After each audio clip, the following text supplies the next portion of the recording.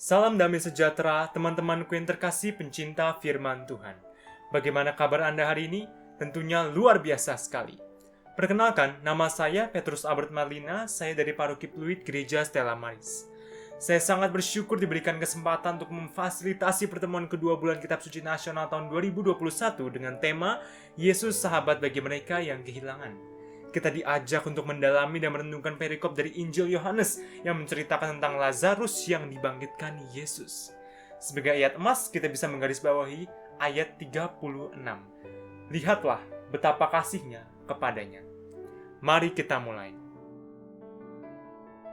Teman-temanku yang terkasih, sejak merebaknya pandemi COVID-19, ada banyak orang yang kehilangan orang tua, sanak saudara, sahabat, dan kenalan.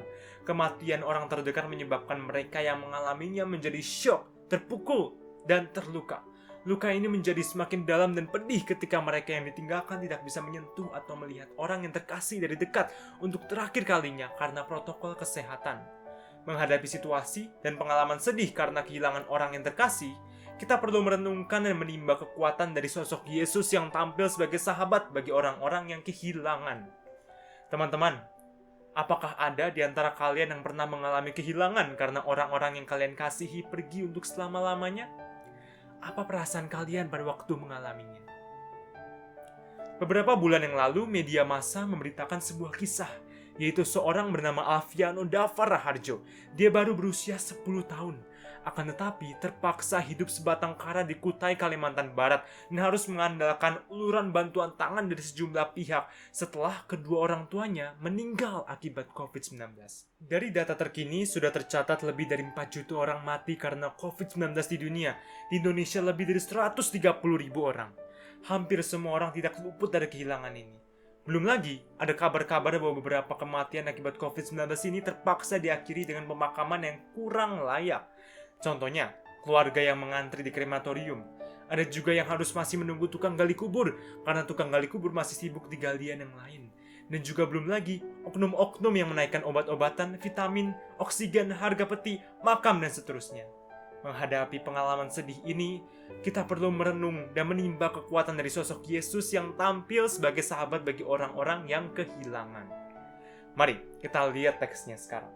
Keseluruhan Injil Yohanes pertama-tama ingin menyampaikan bahwa Yesus adalah Allah yang mewahyukan diri.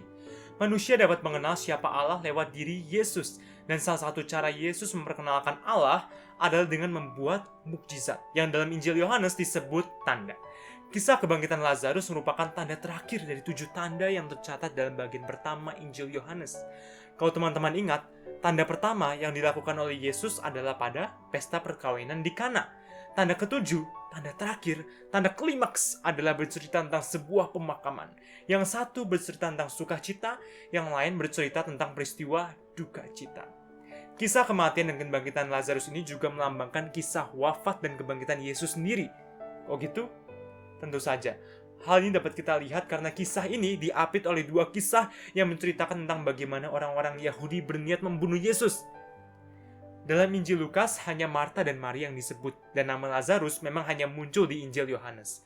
Maka ada beberapa ahli tafsir kitab suci meyakini bahwa Lazarus sebetulnya adalah tokoh simbolik, tokoh dari orang-orang yang dikasihi oleh Allah. Nama Lazarus sendiri berasal dari bahasa Ibrani Eleazar, yang berarti Allah telah menolong. Nah, sekarang kita masuk ke dalam kisahnya yang seru. Kisah ini dimulai dengan berita tentang sakitnya Lazarus yang sampai kepada Yesus dan murid-muridnya, yang pada saat itu sedang berada di seberang sungai Yordan. Anehnya, ketika menerima berita itu, Yesus malah memperpanjang tinggalnya di sana selama 2 hari. Maka tidak heran ketika Yesus dan murid-muridnya tiba di Betania, Lazarus sudah wafat 4 hari lamanya. Kenapa ya teman-teman? Kenapa Tuhan Yesus menunda? Seolah-olah berita tentang sakit Lazarus ini seperti, udah biarin aja. Tapi sebentar, mirip gak sih kejadian ini dengan orang-orang yang berdoa minta tolong kepada Tuhan, tapi doanya seolah-olah tidak didengarkan oleh Tuhan? Untuk mengetahui jawabannya, kita harus membaca kisahnya lebih dalam lagi. Menurut pemikiran orang Yahudi pada saat itu, kalau orang sudah meninggal 4 hari atau lebih, maka jiwanya sudah meninggalkan raganya secara definitif, atau benar-benar sudah meninggal. Pada saat Tuhan Yesus masih di gerbang kota, yang pertama kali menjemput Tuhan Yesus adalah Marta. Memang Marta itu adalah sosok wanita yang kepo begitulah ya, yang nggak mau diem. Nah, yang menarik nih teman-teman, adalah kata-kata yang keluar dari mulut Marta. Kita lihat di kitab suci, Injil Yohanes. Mendengar kabar kedatangan Yesus, Marta pergi menjemputnya. Pada waktu bertemu dengan Yesus, Marta langsung berkata, "Tuhan, sekiranya Engkau ada di sini, saudaraku pasti tidak mati." Marta sepertinya menyesali mengapa Yesus tidak segera datang ketika dikabarkan kepadanya bahwa Lazarus jatuh sakit. Yesus menyatakan dirinya sebagai kebangkitan dan hidup. Akulah kebangkitan dan hidup. Barang siapa percaya kepadaku, ia akan hidup walaupun ia sudah mati. Dan setiap orang yang hidup dan yang percaya kepadaku tidak akan mati selama-lamanya. Lalu Marta berkata, "Ya Tuhan, aku percaya bahwa Engkaulah Mesias anak Allah, Dia yang akan datang ke dalam dunia." Intinya, Marta mengungkapkan iman yang penuh terhadap Yesus. Iman adalah sumber bahwa Yesus adalah kehidupan dan kebangkitan yang adalah pesan pokok yang ingin disampaikan oleh penginjil Yohanes. Lalu, mari kita lihat juga apa yang saudarinya katakan. Apa kata Maria? Injil Yohanes bab 11 ayat 32. Maria segera bangkit dan pergi menjumpai Yesus setelah diberitahu oleh Marta secara pribadi, "Guru ada di sana dan memanggil engkau." Ketika berjumpa dengan Yesus, Maria tersungkur di depan kakinya. Nah, tersungkur ini mengungkapkan banyak arti. Tindakan Maria ini bisa mengungkapkan kesedihan, permohonan, dan hormatnya kepada Yesus sebagai gurunya. Lalu Maria mengatakan persis seperti yang dikatakan Marta. "Tuhan, sekiranya Engkau ada di sini, saudaraku pasti tidak mati." Sama seperti Marta, kata-kata ini mengungkapkan iman yang bercampur dengan kekecewaan. Ia juga mengungkapkan kesedihannya secara terbuka di hadapan Yesus. Walaupun Lazarus sudah dikubur 4 hari, namun Maria masih menangis. Berikutnya mendengar tangisan Maria, masih gulah hati Yesus. Teman-teman, Tuhan Yesus sangat terharu sampai menangis. Tuhan Yesus sangat sedih melihat sahabat-sahabat yang disayanginya dilanda duka cita. Sikapnya berempati dengan sahabat-sahabatnya yang berduka cita membuatnya menangis bersama orang-orang yang menangis. Tuhan Yesus menunjukkan simpati yang tulus kepada orang yang berduka dengan meneteskan air mata. Namun, kesusahan hati Yesus ini bisa juga karena melihat adanya ketidakpercayaan pada kuasanya untuk membuat mujizat. Ada banyak bukti yang menunjukkan bahwa Yesus sedih, kesal, dan marah karena ketidakpercayaan para pengikutnya dan orang Yahudi pada umumnya. Dalam Injil Yohanes kita sering melihat Yesus sedih, kesal, dan marah terhadap orang yang tidak percaya kepadanya. Kemudian, kita melihat tanggapan yang lain yang datang dari seorang pelayat ketika melihat Yesus menangis di depan makam Lazarus. Dia berkata, "Bukankah dia yang memilihkan mata orang buta? Mengapa ia tidak bisa berbuat sesuatu untuk orang yang dikasihinya?" Wah, ini lebih parah lagi komentarnya. Mereka bisa berkata begini karena memang di Injil Yohanes bab 9 itu Tuhan Yesus menyembuhkan orang buta sejak lahir. Perkataan seperti ini mungkin juga keluar dari orang-orang tertentu loh, dalam keadaan yang sedang berputus asa. "Tuhan, kok Engkau nggak bisa berbuat apa-apa ya? Yang mati sudah di atas 130.000 di Indonesia. Di dunia itu sudah 4 juta orang." Nah, paham-paham seperti ini sangat manusiawi. Akan tetapi perlu kita luruskan. Apakah benar Allah tidak peduli dengan penderitaan manusia? Apakah benar Allah mengabaikan perasaan manusia yang ditinggal mati orang yang dikasihinya? Kisah kebangkitan Lazarus memberikan jawaban yang pasti dan tegas. Tidak. Allah peduli. Dalam beberapa tahun yang lalu, di dalam sebuah acara pertemuan Paus Fransiskus dengan para anak-anak di Roma, ada seorang anak bertanya sambil menangis kepada Bapak Paus begini, "Apakah ayah saya yang telah meninggal dan belum mengenal Kristus ada di surga?" Kita bisa membayangkan ya teman-teman, bagaimana perasaan anak itu.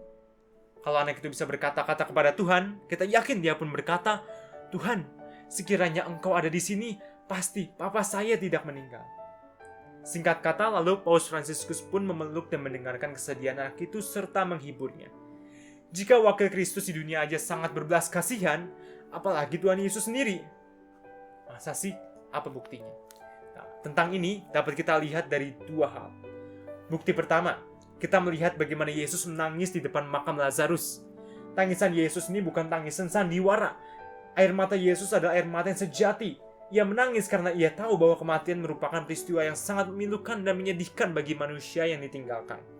Mazmur bab 56 ayat 9 berkata, "Sengsaraku engkaulah yang menghitung-hitung, air mataku kau taruh ke dalam kirbatmu, bukankah semuanya telah kau daftarkan?"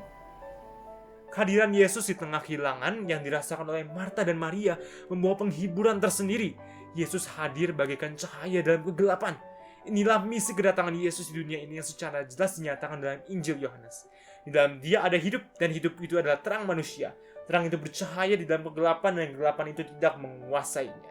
Bukti yang kedua, Yesus berdoa dari sejak menerima kabar tentang sakitnya Lazarus sampai Dia berada di depan makam Lazarus. Lalu ketika batu yang menutup makam Lazarus diangkat, Yesus berdoa pula kepada Bapanya. Yesus menengadah dan berkata, "Bapa, aku mengucap syukur kepadamu karena Engkau telah mendengarkan doaku." Yesus berdoa agar Allah berkenan berbuat sesuatu lewat dirinya, sehingga orang banyak dapat percaya, dapat mengimani bahwa Yesus adalah utusan Allah.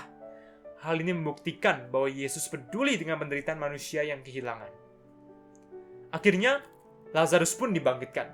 Dia hidup kembali. Kehadiran Yesus di tengah keluarga Marta dan Maria membuktikan bahwa Dia datang bukan hanya membangkitkan Lazarus dari kematian. Dia juga ingin membangkitkan Maria dan Marta dari kesedihan, dari penderitaan. Di dalam Injil Lukas, Tuhan Yesus juga pernah membangkitkan anak muda seorang janda di Nain, anak Yairus kepala rumah ibadat. Melalui kisah-kisah ini kita juga mengenal sosok Tuhan Yesus yang mau datang dan hadir di tengah keluarga sebagai sahabat yang bersimpati dengan sahabat-sahabatnya yang sedih karena kehilangan orang yang dicintai. Maka, tepatlah tema dari pertemuan bulan Kitab Suci Nasional tahun 2021 yang kedua yang mengambil tema Yesus sahabat mereka yang kehilangan. Allah itu peduli pada manusia yang kehilangan. Allah datang mengunjungi orang di tengah penderitaan mereka, di tengah isak tangis mereka, di tengah ratapan mereka, karena Dia ingin memberikan peneguhan, kekuatan, memberikan semangat kepada mereka. Pada hari itu, bukan hanya Lazarus yang dibangkitkan dari kematian, tetapi Marta dan Maria pun dibangkitkan dari keterpurukan, karena mereka dapat meraih kembali sukacita hidup. Tujuannya apa?